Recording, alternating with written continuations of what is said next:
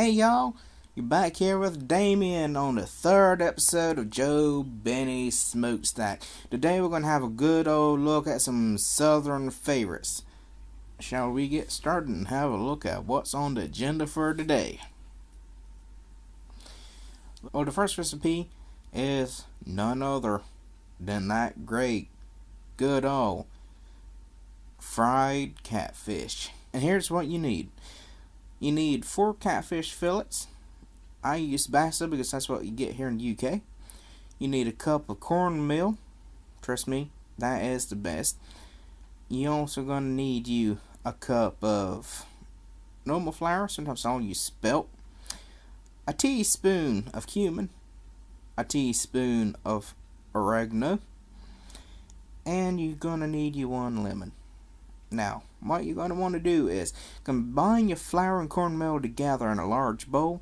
You want to add your other dried ingredients, so your herbs and spices. You're going to mix that well. Now, I don't tend to use egg. I just dredge the catfish straight through the flour mix and add it to a heated, heavy bottom pan with corn oil. You can use other types, but I like corn oil. And you want to allow about approximately 4 minutes on each side just to make sure it gets properly done. And once it is, you drag that out, put a pinch of salt, a pinch of pepper on it, drizzle it with some lemon juice, and serve it with a wedge of lemon, and you are having yourself a good old meal. You could always fix it up with some, I don't know what, hash browns, some good old fries or something. But here, let me throw another idea at you. My ooey gooey macaroni and cheese goodness. So you want to be allowing about half a cup of pasta per person. That's a perfect portion. It might not look like much, but trust me, you get it and it will fill you up. It's all about portion size. That's a good way to help control your diet. So in total, this recipe uses 5 cups of mac and cheese, so this is obviously not for one person. I could ashamedly quite easily eat it all myself. So here is what y'all are going to need. 2 tablespoons of butter or ghee. I like to use ghee sometimes for a little different flavor. 2 tablespoons of all-purpose flour or rice flour. A cup of oat cream or double cream. A cup of milk. You could use alternatives, of course. 1 large egg. A teaspoon of fresh ground black pepper and a pinch of salt. 2.5 to 4 cups of cheese, depending on what you're looking to put into it. A cup of grated cheese for the top, and a cup of breadcrumbs to put on top. So now y'all are asking, how we go about making this? Well, you want to bring your pan of water to the boil, adding in the pasta once it's boiling with some salt, and cook it until it's al dente. Now you'll need to look on your pasta pack to figure out when that is. Whilst your pasta's cooking, make the sauce. You're going to melt your butter down and add in the flour. Cook the flour out, making sure you stir it really well so it doesn't burn. If you don't cook out the flour, then you're going to leave yourself with this kind of floury residue taste, and you don't want that. Now, your milk needs to be at room temperature when you add it. So once it is, add it gradually whilst whisking. Once it's incorporated, you want to add cream and whisk again. I do this while whisking. It just makes life a bit easier. Now gradually add your cheese, ensuring that it all melts evenly and it becomes lovely and gooey and ooey. Season well and take off the heat, and then add in the egg while beating. If you don't do this fast, and if you do it while it's too hot, you're going to end up with scrambled egg pasta instead of mac and cheese, and that is as nasty. Drain your pasta and incorporate it into the sauce. Place into an oven-proof dish. Cover with the breadcrumbs. Add your grated cheese to the top, and then add some more breadcrumbs on top of that. Bake into the oven until the top has turned a nice golden brown. And now here's normally where I would Here's normally where I would add a dessert or something, but instead we're going to do a drink. And what is when you think of the South, what do you think of for a drink? For me, it is always gonna be sweet tea. To me, sweet tea is just, it's the bee's knees. And this is my recipe for how to do it with a little bit of a twist, alright? So this is sweet as the South iced tea.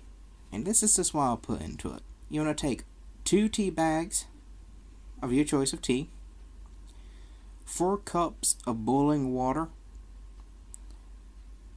4 cups of ice cold water, up to 3 tablespoons of sugar, and of course, some good old lemon.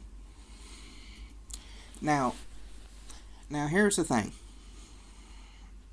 You can use all types of different tea. So if you're a bit of a tea freak like I am, you can make different ones and they all taste different. So you got Darjeeling, you got Assam, you got Ceylon, you got gold mixtures.